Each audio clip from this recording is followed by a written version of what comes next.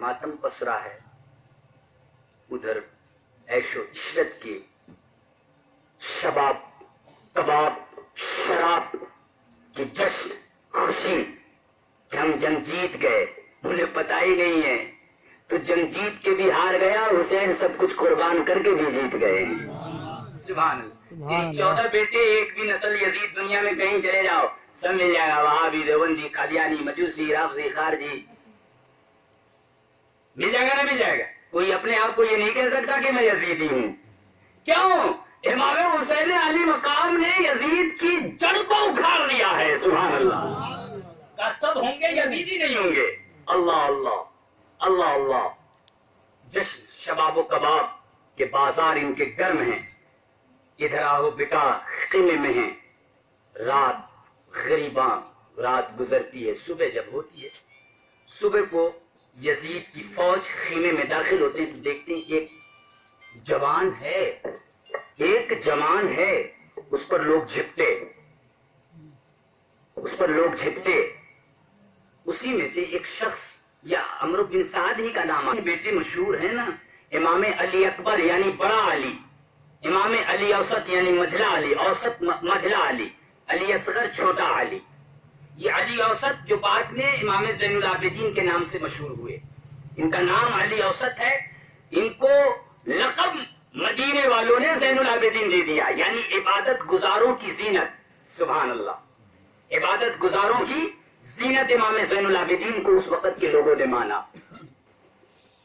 خیر، اب یہ لوگ دن کو اپنی ساری امام حسین علی مقام کے سر مبارک کو بھی ایک نیزے پر چبھو لیا گیا۔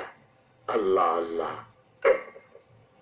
لوگ یہ کہہ رہے تھے کہ امام حسین علی، لوگ بھی آج یہ کہہ رہے تھے سر کاٹ کے نیزے پہ چڑھا لیا گیا تھا، آگے آگے لے جا رہے تھے، یزید جیت گئے تھے، اور بدبختوں کس منہ سے کہے تھے یزید جیت گئے تھے؟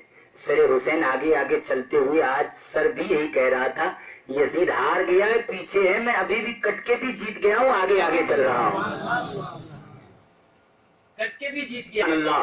اور راویوں نے کہا ہے جدھر تجھر سے جاتا ہے لوگوں نے کان لگا کر کے غور کیا، سننا چاہا تو سر مبارک سے تلاوت کی آواز آ رہی تھی۔ سبحان اللہ۔ ڈرا گئے یزید کے سبھی لشکر و سپاہ، نیزہ پہ جب حسین کا سر بولتا رہا، زنجیر بولتی رہی، در بولتا رہا، لوٹے تو مہانی کا گھر بولتا رہا۔ سارے یزیدی تھرا گئے، یہ نیزے پر اب بھی حسین کا سر بول رہا ہے۔ لوگ کہیں گے روایت غلط ہے، پگلے سب باتیں غلطی ہو جاتی ہے۔ ایک راوی تو یہ بھی کہتے ہیں کہ ہم نے غور کیا تو سورہ قاف کی تلاوت ہو رہی تھی۔ کون سی سورت کی؟ اب لے یہ بھی غلط کر، سورہ قاف کی تلاوت ہو رہی تھی۔ اچھا اب اس کو دلیل ثابت کر دینا، ذرا سنیے ثابت کر دیتا ہوں۔ نبی آخر الزمان خیبر سے واپسی پر جب راہ میں ایک گھر میں قیام کیا، زینب بنت حارثہ نامی ایک بدبختہ نے قسم کھائی تھی کہ نبی کو صفحہ ہستی سے مٹا دیں گے، وہ ایک نیا دین لایا ہے۔ اس نے دعوت کی اور اس نے بڑا دغا کیا۔ دغا یہ کیا کہ بکری کے گوشت کے اندر زہر حلول کیا اور اس کو فرائی اور بھون دیا، دسترخوان پہ رکھ دیا۔ نبی آخر الزمان دسترخوان پر ہیں۔ یہ کربلا سے یہ معافی چاہوں گا، ایک واقعہ الگ چلا گیا، ایک ہی واقعہ گیا مگر ملانے کے لیے ضروری تھا۔ دسترخوان پر وہ بھنا ہوا گوشت، نبی آخر الزمان کے ساتھ حضرت بشیر بن برا ایک صحابی بھی ہیں۔ بخاری شریف کی حدیث ہے یہ، بخاری آتا ہے نا، واپی دیوبندی کو بتائے بخاری کی ہے۔ سنیے اس میں کیا درس میں دینا چاہ رہا ہوں، اس میں کیا ہمارے لیے دل اور ایمان کو تازہ کرنے والی باتیں سنیے۔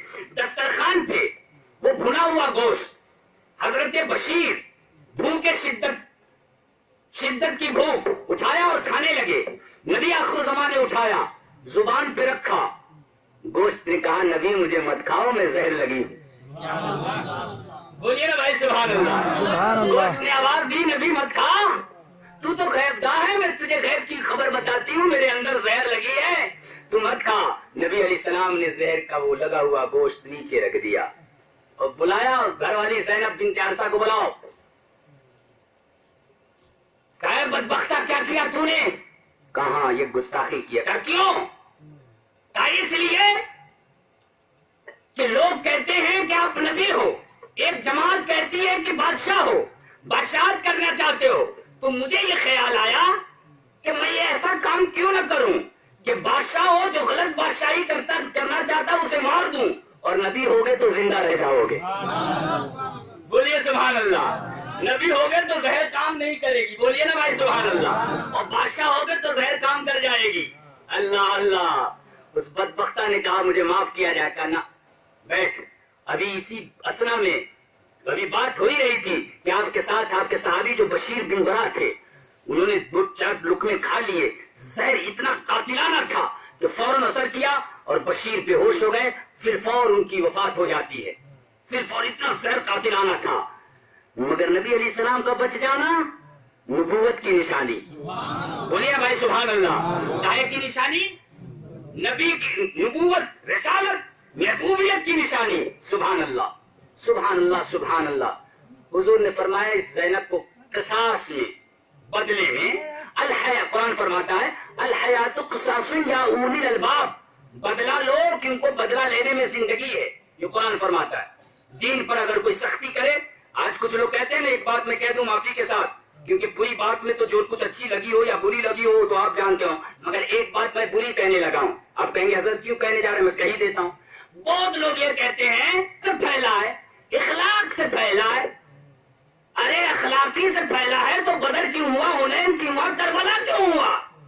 اخلاقی سے نہیں پھیلا ہے، تلواروں کی جھنجھان سے بھی پھیلا ہے۔ یہ گمان نکال دو، یہ چوڑیاں جو بالیاں پہن رکھے ہو ہندی مسلمانوں، اسے توڑو زنجیروں کو، خالی اخلاق کردار کی باتیں چھوڑو۔